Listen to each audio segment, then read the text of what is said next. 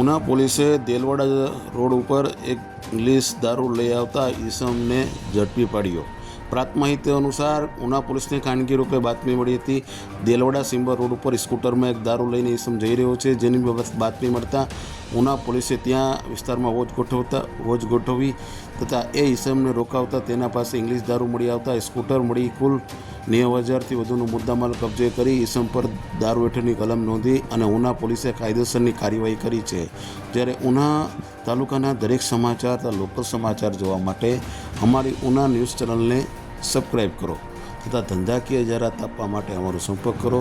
આ સમાચાર આ ફેસબુક આઈડી પર જોતા હોય તો તે આઈડી અમારી ફોલો કરો અને આ સમાચાર આવા પબ્લિક એપ પર જોતા હોય તે આઈડી અમારી ફોલો કરો। ધન્યવાદ।